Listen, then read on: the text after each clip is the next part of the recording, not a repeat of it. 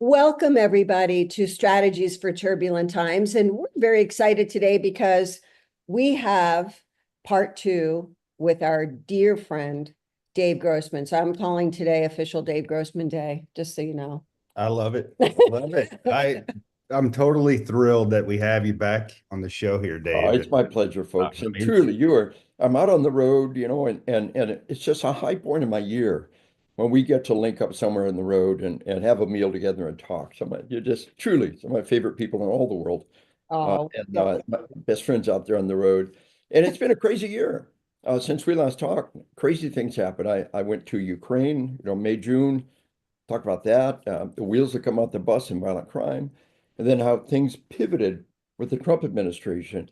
And I saw this with the Reagan administration. Not very many people remember when Ronnie Reagan came in and how our army was broken and how it spun on a dime. And I think that'd be your listeners would be pretty intriguing dynamic to pull together for a show. Does that make sense? Oh, wow. Yeah, definitely. I don't even know where to begin. So just jump wherever you want to All go. right. Well, my book on combat, my stuff's translated about 10 languages. And On Combat was translated in Ukrainian. And last January, it won Ukraine Book of the Year award. And the Ukraine military, in conjunction with my publisher, brought me out to Ukraine. So all across, late May, early June, from one end to the other, from Lviv to Kyiv, I was teaching to the Ukrainian military. And usually smallest groups, 3, 4 presentations a day. And they don't like gathering more than 50 people together because it becomes a target. And most of them are at company command, battalion command. Now I've got a son just retired after 9 combat tours. I got a grandson who's in Kuwait right now. And I thought if this terrible war, I thought if that was my grandson, I had just an hour, including translation, to give them the best I've got to give. What would I say? And I started with the sleep business. And the sleep deprivation is absolutely destructive. If you're sleep deprived, you're far more likely to get PTSD. One study says sleep deprivation is correlated with a 9 times greater probability of depressive disorder, 6 times greater suicidal ideation, and 5 times greater PTSD. If you're sleep deprived, you're already under stress. And how we got to manage our sleep and how sleep deprivation is a key factor in suicide. Now, one of the best studies says not only is sleep deprivation a key factor in suicide, it's the most remediable factor. We can't do much about your relationships right now. We can't do anything about your finances. We get good night's sleep right stinking now. When you get this toxic cycle of depression and PTSD and suicide and sleep deprivation, the one spot in that cycle you can reach in, grab control, bring it all with you, is that sleep deprivation. I trained a Army battalion that was punching out to Iraq. The command sergeant major, now this is about 10 years ago, command sergeant major, we talked about sleep. He said, this unit deployed just recently. And he said, we were in country, we were in a barracks environment at night and combat patrols during the day. He said, I told my guys, it's lights out at 2200. He said, I find you up after 10 p.m. playing games, I will take your video games. He said a week later, had a closet overflowing with video games. These are good troops. They wouldn't disobey an order, but they can't not play those damn games. It's so seductive. It steals our sleep and that. And so Ukraine, one company commander, he said, the Russians always bombing us. Never one going to bomb you, so I can't sleep. So I play video games instead. Friends all like, dude. His friends all looking at him like, dude, do you hear what just came out of your mouth? Another group, company command level guy, he said, I have terrible nightmares. A terrible nightmare. So I watch movies instead of sleeping. See, his infant said, dude, he said, it's coming to your mouth. And I tell everybody, and sleep deprivation is just like being drunk. And by the way, alcohol and suicide's always been a strong link. Right now, suicide, right now, you cannot take your life. The drive to self-preservation is too powerful. But if you add alcohol, it inhibits that drive. Alcohol is a catalyst. It makes a suicide possible. But you're only drunk for a brief window. You sleep deprived, it goes on and on and on. Somebody showed up work drunk, you kick his tail. Showed up work sleep deprived because they played freaking games all night. That's not funny. And when I said that, I was just in Fort Benning, Georgia. So that must have been interesting to walk back to your alma mater. Yeah. And I gave all this stuff to them about sleep and motivation and why we do what we do. You know, as we love our nation, we love our God, we love our way of life, we give 100%. And love means the worse you get, how do we fight? And I began, what's the opposite of evil?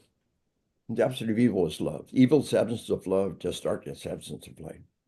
And what sustains us is love for our country, love for our children, love for our way of life, love for our God. And love means the worse you get, how do you fight? And I talked to my cops nationwide, and things are crazy bad. Well, back up. I was just in training our nation's largest fire department on Monday. Spent Monday night in the airport. The flights were canceled. I got a sleeping bag, an air mattress I carry with me all the time. I just inflated my little sleeping bag and curled up under a seat and got a good night's sleep. I was 68 years old, sleeping on the floor, no big deal. Rolled out of bed, managed to get home, conjugal visit, clean underwear.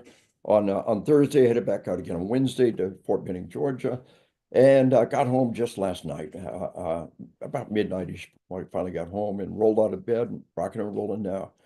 So I'm 68 years old, and I really think I can do this for another 20 years. Yeah, that's my goal.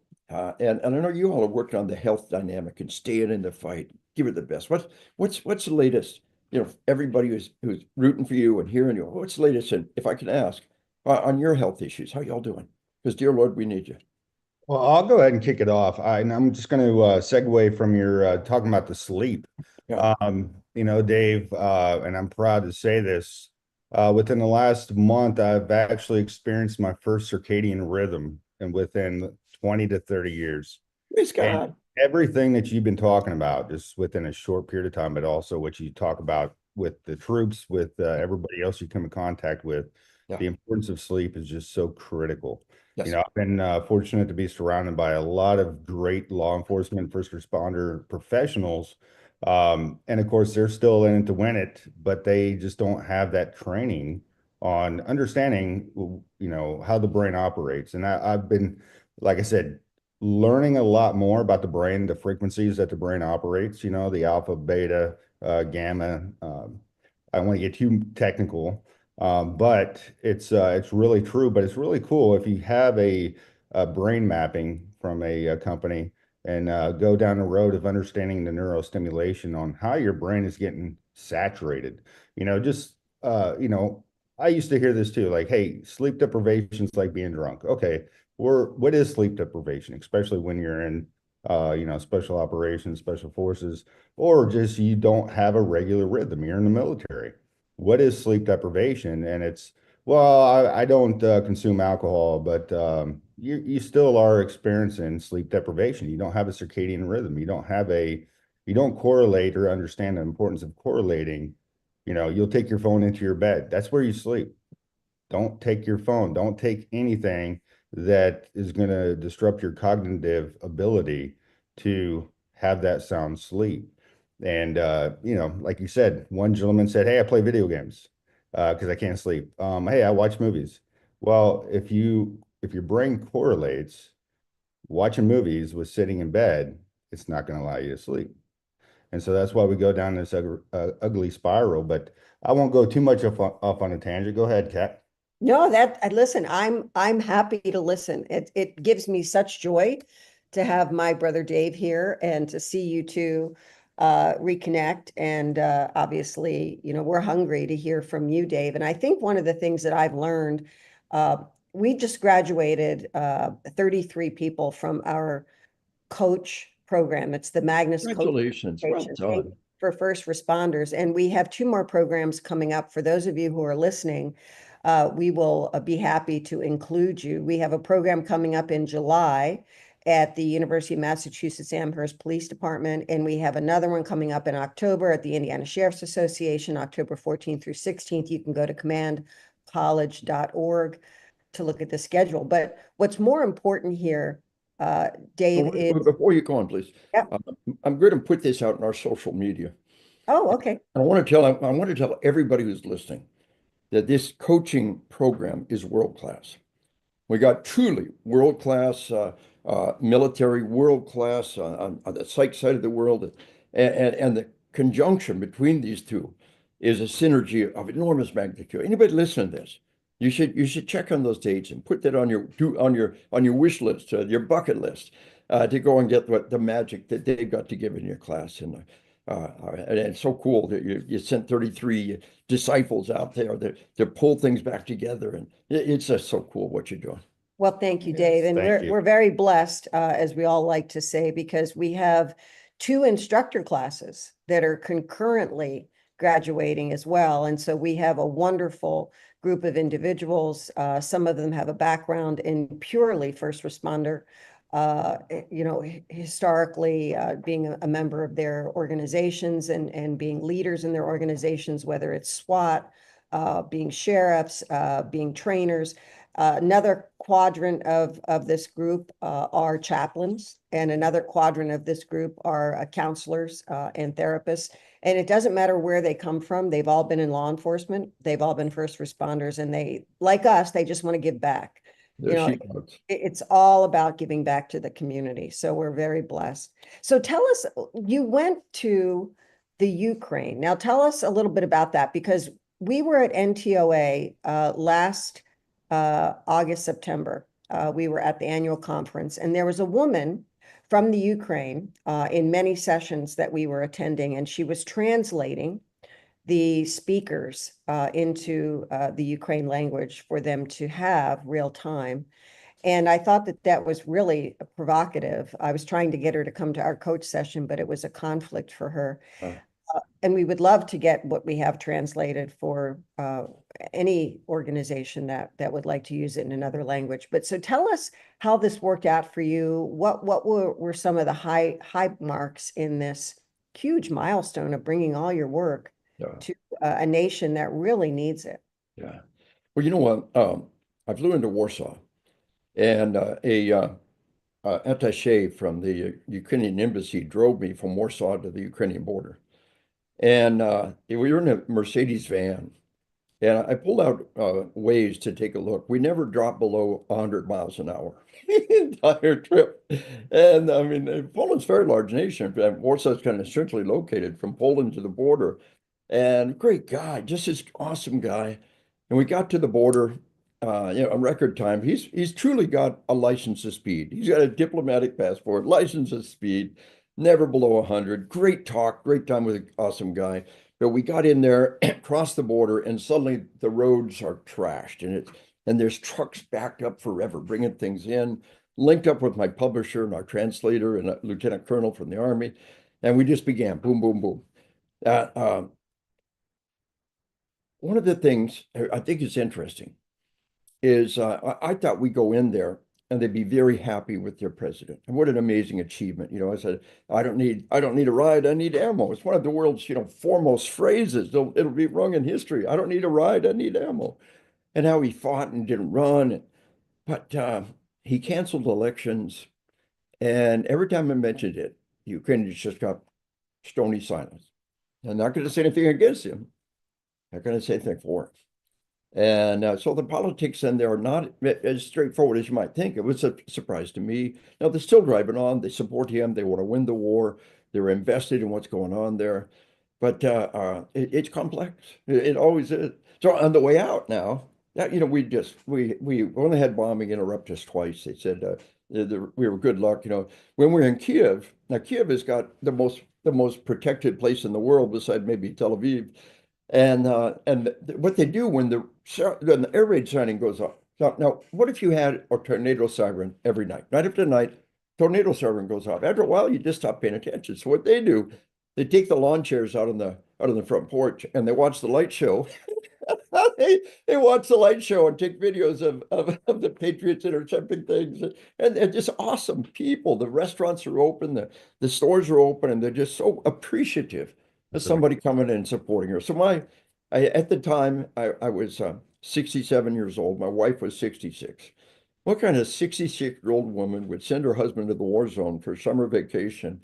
And it was just a high point. So on the way back, you can't fly into Kiev, but there's a railroad, and they try to drive the railroad mostly at night. And so I'm on this plane at night on this train. It's like something out of the 1950s. All the equipment. I'm on the freaking night train to Warsaw. I kept thinking that I'm on the freaking night train to Warsaw. This is just so freaking cool. They got to Warsaw, linked up with that attaché again, got me to and onto my plane, flew, and back to rock and roll. Never slowed down. Hit the ground with presentations. No jet lag problems. What I always do is I take one Ambien to get there, and often one to get back on track. So I just take my little white time capsule when we're flying there, turn off the world, and just start working, and the body falls into cycle. You know, it's the same thing going back. It's a great ride, great time, great people. But meanwhile, back here at home, crazy things are happening. Well, You Dave, know, yeah, we're going to take a quick break. So as everybody is hanging on their seat here, just remember, do not take your Ambien before the wheels are up. Amen. we'll be right back. You're Fair listening enough. to Strategies for Turbulent Times. Please don't take any Ambien during the break. We'll be right back.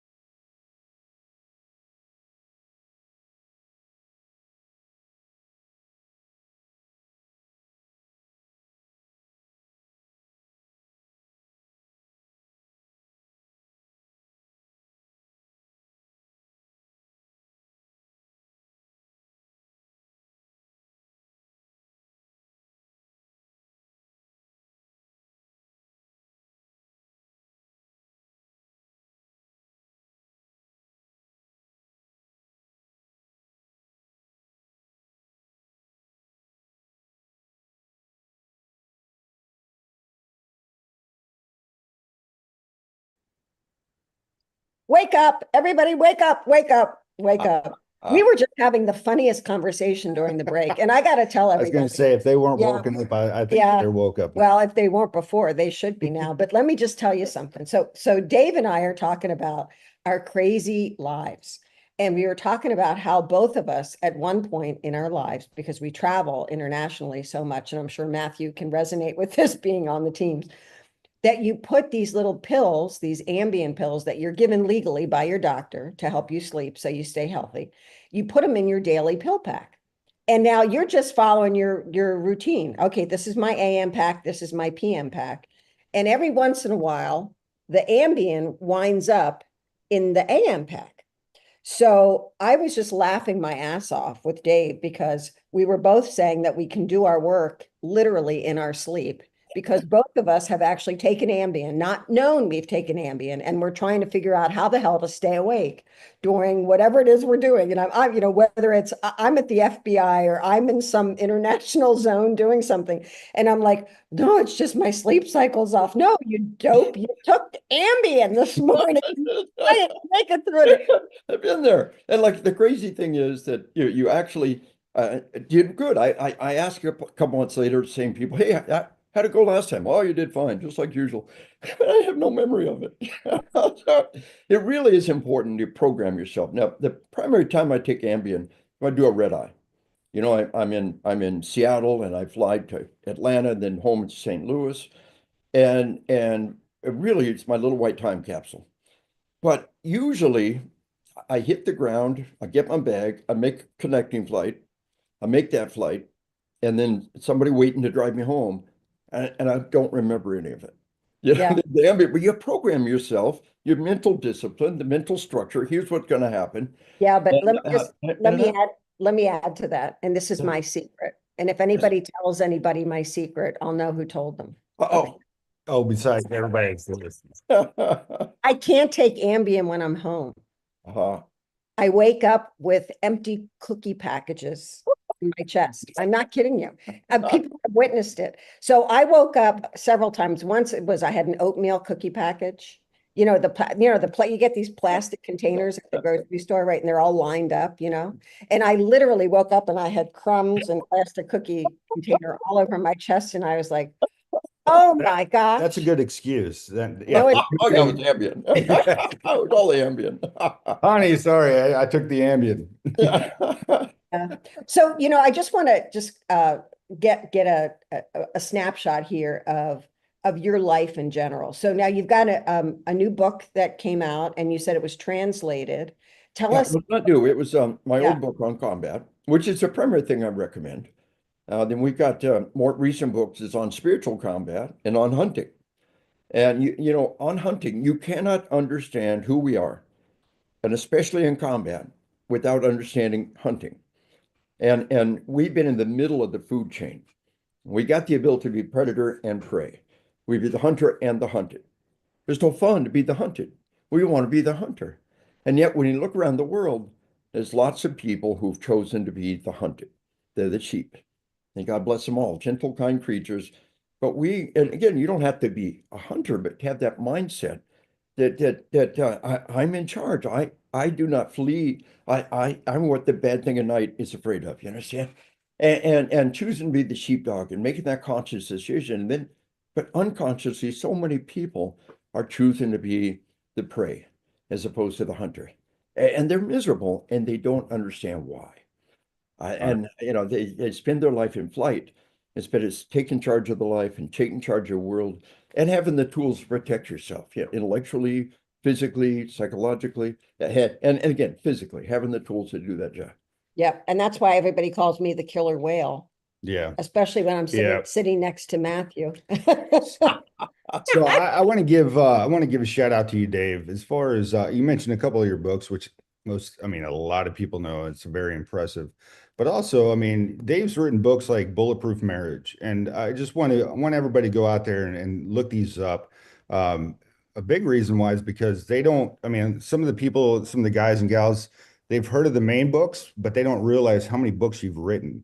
And the cool thing is, it's not like, okay, I'm going to read this whole book. It's about a story about a man named Jed, but it's passages, it's scripture, and it's also it coordinates or just shows you what's going on with society today, with just being human, how our brains work, but also just from a spiritual perspective too. So I just want to give you that shout out too, and Thanks. I love reading all I've your got 16 books in print, and number 17 just went to the publisher. And I've had some great co-authors across the years, and I give a lot of credit to them.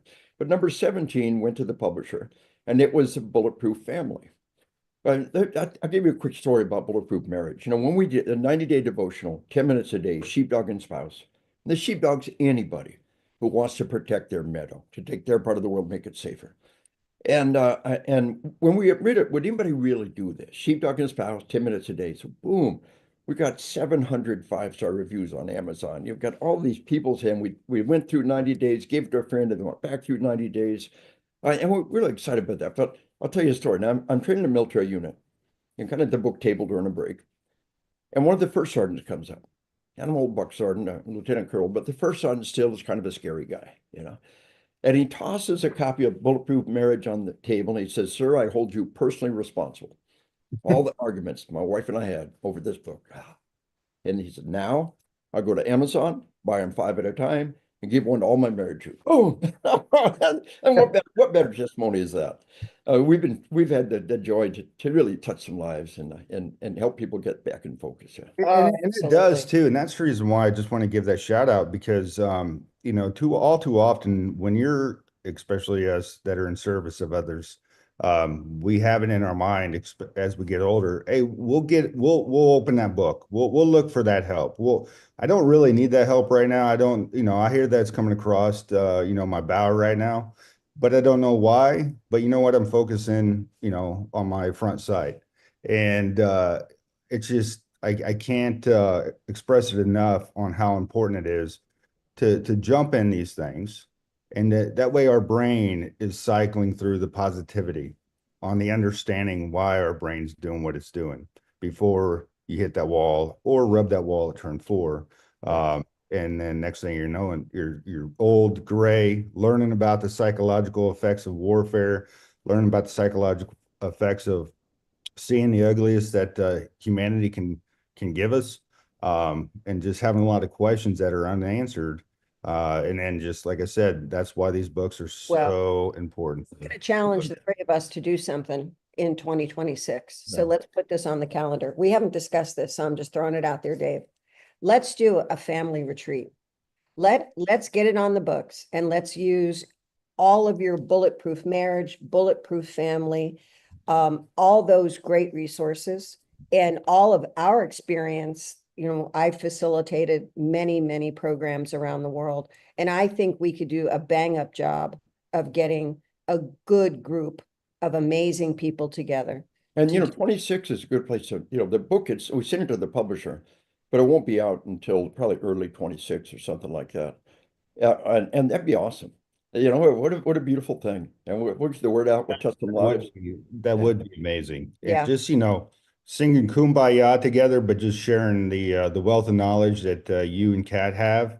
Whatever sprinkles I can I put in don't there. know, it's funny. I still do this retreat with Father Michael Mannion, one of the chaplains for FBI and law enforcement. He's 78 years old and he still calls it the psycho-spiritual retreat. And I'm like, Father, if you're the spiritual, then I guess I'm the psycho. So That's pretty good. let's not call it the psycho-spiritual retreat, Well, whatever. that's who I want to be when I grow up, 78 years old, still in the fight.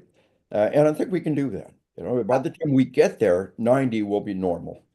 And if you don't kill yourself or if you don't die in a track, other than preventable deaths, the life expectancy is good for us, than preventable deaths, But I wanted to mention to your audience here that we've got something coming up, and we worked a year on building it up, taking care of it. And on April, it's on my website, a link to it, but on April 24th, 25th, and 26th in Mount Vernon, Illinois. Now, this is just an hour out from St. Louis. I'm presenting, and I'm just a world-class team of people. And this kind of thing that we worked for a year to build it up, just like what you're talking about. And we've got over 300 enrolled already from 3 nations in 40 states. And we're going to put this world-class dynamic together. And I'll try to pass on that because we got song as part of that. And of course, this is all house of worship security training. And that's a focal point. Other ways we can do that, but it's good to take maybe one time a year. You're out the road, but say this is one where we're going to pull it together. We're going to put the best we have, pull in the best people. That'd be an awful lot of fun. And all your listeners out there, you heard about it here first. But, exactly.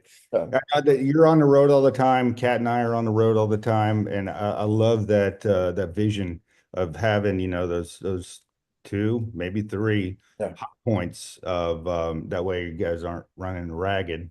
We're not out of a suitcase. Yeah. Hey, so let's talk about let's talk about the big picture for kind of the coming year, if that's okay, the administration and everything. Yeah, let's do it. I think you had some great insight as to some patterns that you have seen. And I want to give us the rest of the show to talk about this. So we're not going to take any more breaks. So we're going to jump in here and dive in wherever you feel comfortable. Okay. Well, I want everybody to understand how desperately bad the situation has become. We've never seen more. Well, first off, medical technology holding down the murder rate. The number of dead people misrepresents the problem. Yeah, we understand in the military. Try to compare the casualties from Vietnam to today. Look at all the lives we saved. The same things happening in our streets. And so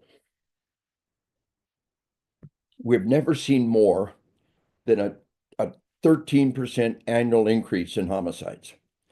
And then in 2020, we had a 30%. And in 2020, explosion of violence is far and away the greatest we've ever seen. And since keeping track of crime in our nation, the wheels came off the bus, and it started in May of 2020. It's the George Floyd effect. And we saw a record number of murders. Now, one of the charts I throw up there shows 9/11, big spike, right? Bounces back the next year. It shows 2020. There's no bounce back the next year. It's the new norm. And so, we got to understand that homicides, we have about 50 homicides a day. Call it one per state. Now, it can vary greatly. They're not constant, but think about one per state. It's really amazing how rare they are. Now, medical technology is saving a lot of them. But if just 1 in 1 million is pushed over the edge of homicide, you talk about 300 a day, 300 million, kind of killing age individuals. If just 1 in 1 million, we go from 50 a day to 300 a day. And all we got to do is 20, 30 times a day, 20, 30 times a day. We slap on a tourniquet, save a crime victim's life. We cut the murder rate in half. So I trained our nation's largest fire EMS service. They said, Dave, I guarantee you, in our city alone, 20, 30 times a day, we slap on a tourniquet and save a crime victim's life in our city alone. It's out of control, and it's being hidden, and it's out of control. Now, I showed you earlier before the show, we have an all-time record number of cops shot in the line of duty. Now, body armor, medical technology, saving lives, all-time record number of cops shot in 2023. The wheels have come off the bus. Recruiting is down, retention is down, and then Trump became president. Now let's back up a step. I was in the Army when Ronald Reagan became president. I was a young buck sergeant, went to OCS. I was a young lieutenant, and Reagan became president. And our armed forces were broken. They were flat broken. They were hollow. They were useless. And so here I was in Fort Lewis, Washington, the 9th Infantry Division, and the druggies ran the barracks. If you wanted to not do drugs, you had to fight. Hey, just a couple of tokes and you're cool, if you don't want to do it, then you're a threat to me. And we'd have piles of paper on a soldier an inch thick, counseling statements and criminal charge, Article 15s, and we couldn't get rid of them because the policy was that these are deprived, socially deprived, and it's your job to give them social mobility and make it work. And by the way, we're so short on people, we can't lose anybody. And then Ronald Reagan became president. We had the year analysis program, and in a month, the druggies were gone. We had the expeditious discharge program, and within 2 months, we had all the dead weight out of the way.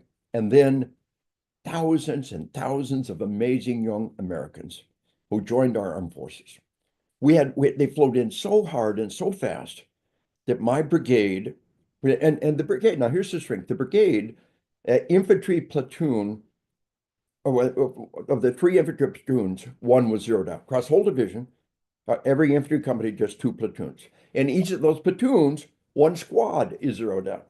So the strength of an infantry rifle platoon is 4 squads, undermanned, and a weapons platoon, undermanned.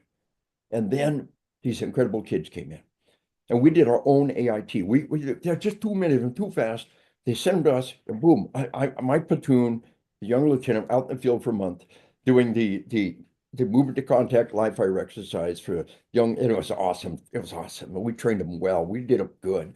And I have never seen anything so incredible. So move back to today. Crime out of control, craziness happens. Donald Trump becomes president.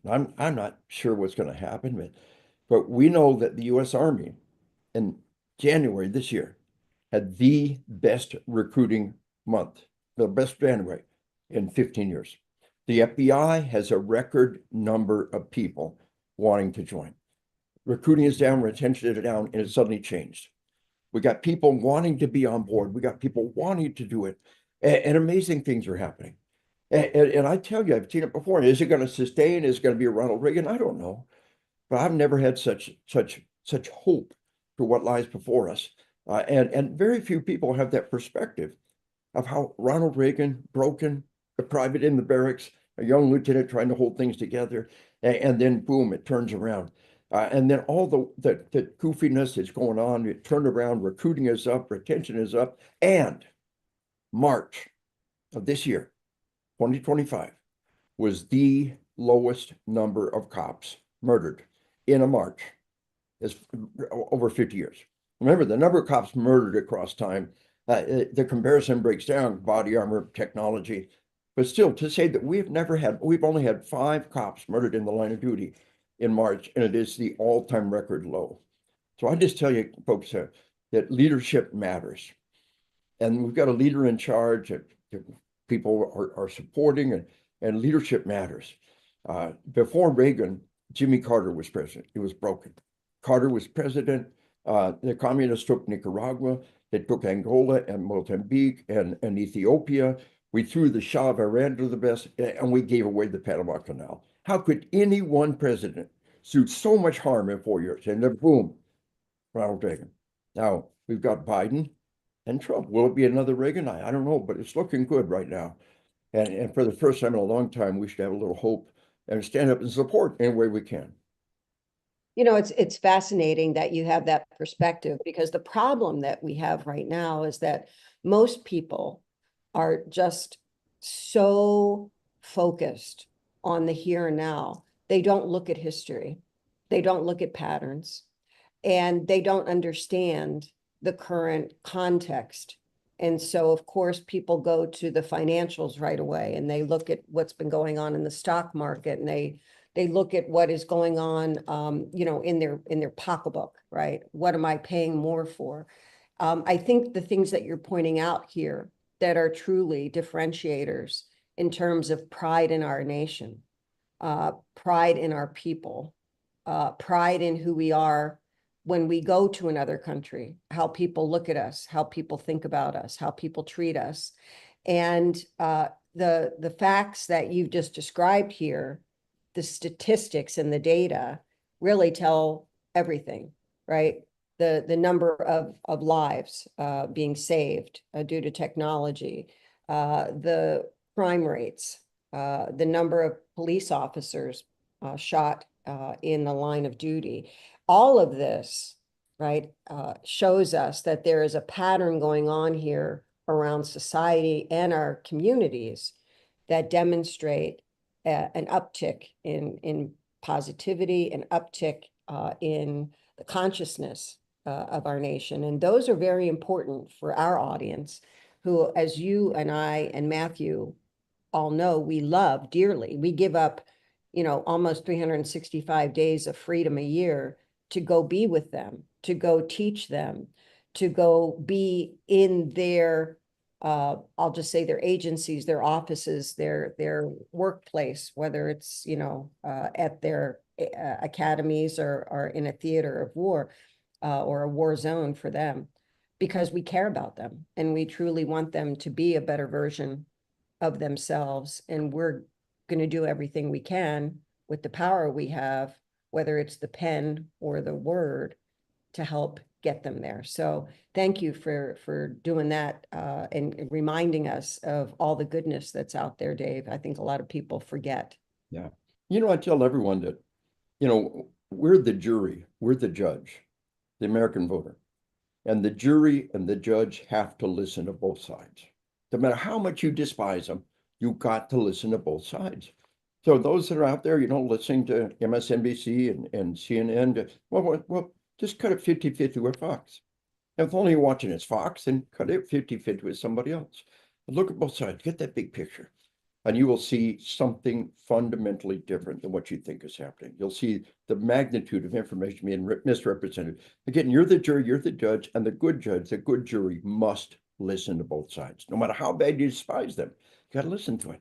And that opens doors and moves us towards a far more positive movement in our nation.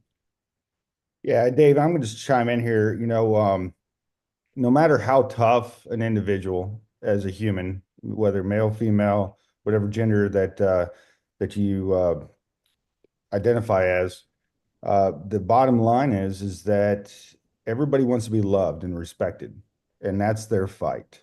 Why am I not loved? Why do I not have a purpose? Why do I not have a belonging? And I think those 4 words, love, respect, belonging, or purpose and belonging, is what you're just hitting it on the head.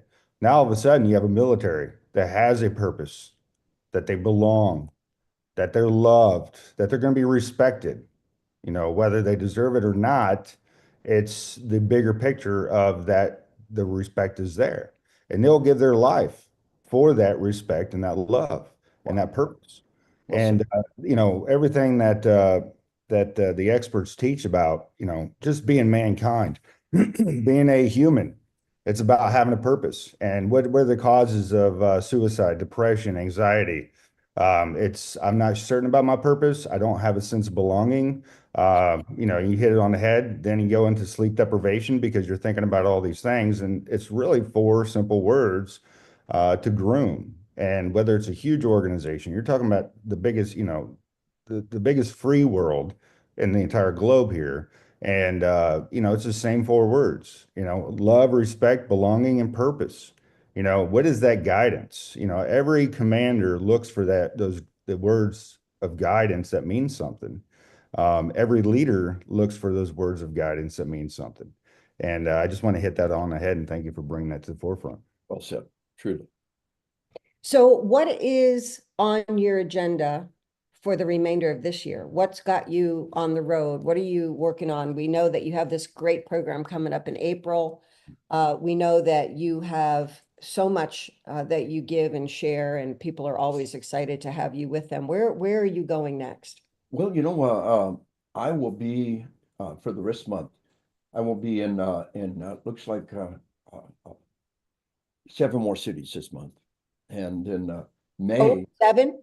9 cities. Yeah, May we got 9 cities I got 1 month in there. I'm in 3 cities, and 3 cities in a week is good. I can do that.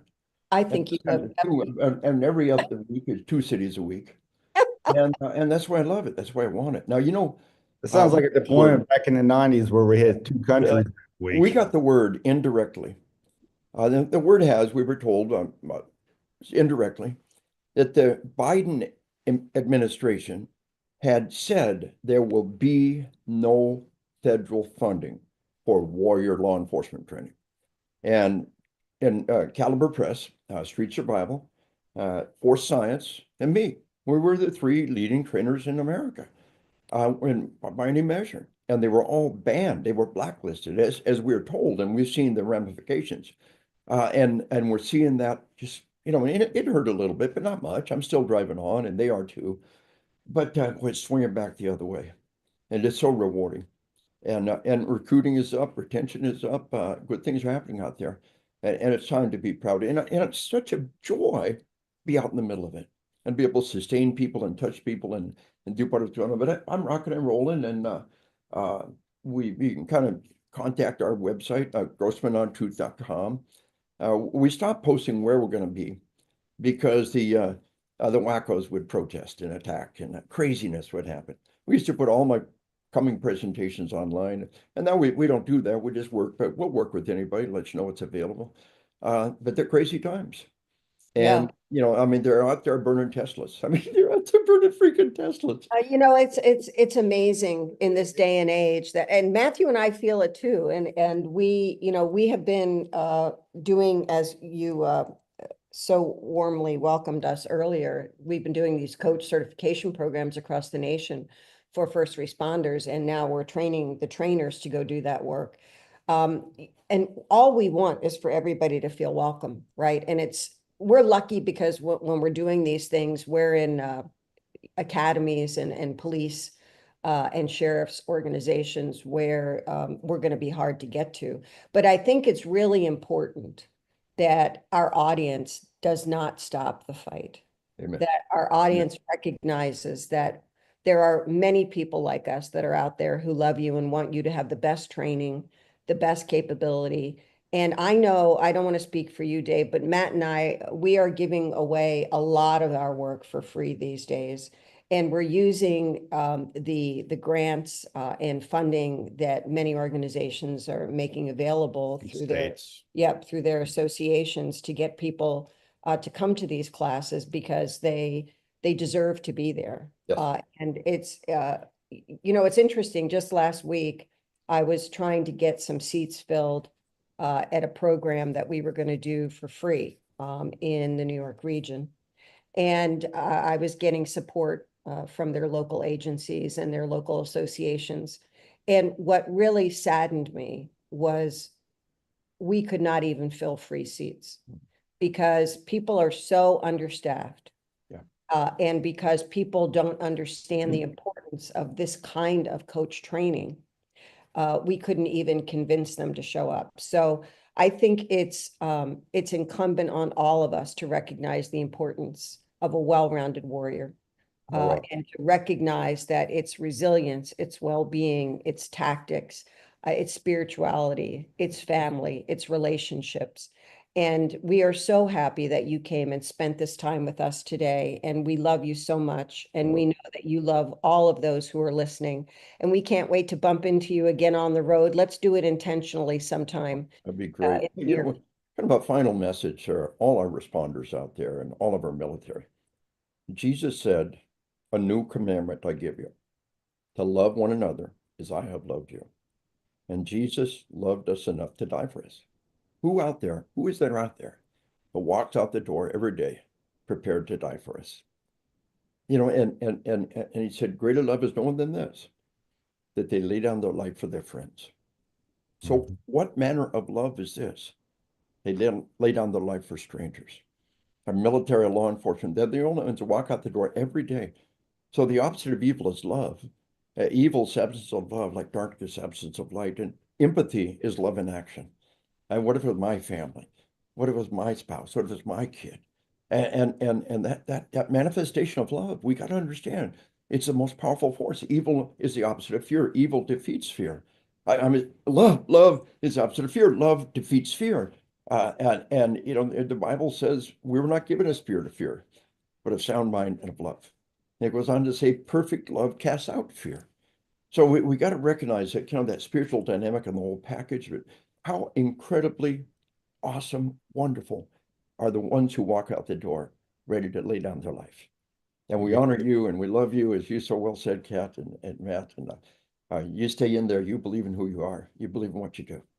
100%, David. Thank you for sharing that John 15:13 verse. Oh, 100%. And, you know, leaders I hear often, just like I felt when I was a leader, you know, people first, but how do we feed our people? You know, we look at the technologies and the tactics, like Kat was saying a little bit, but really it's how do we build their resilience? How do we build their brain capacity? How do we build their positivity about themselves and the whole 360 vice, all the equipment and artificial intelligence that we're spending money on. It's all about our people. And that's what I implore everybody that's listening, that's a leader and can make a change in their agency or wherever they're at. We love you.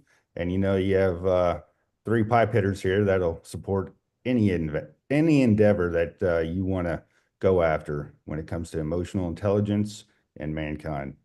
Praise God. Thank you, Dave. We love you. Go to Grossman on Truth. Get all the latest. And Dave, we love you. Take care. Love you back. Younger than ever, my man.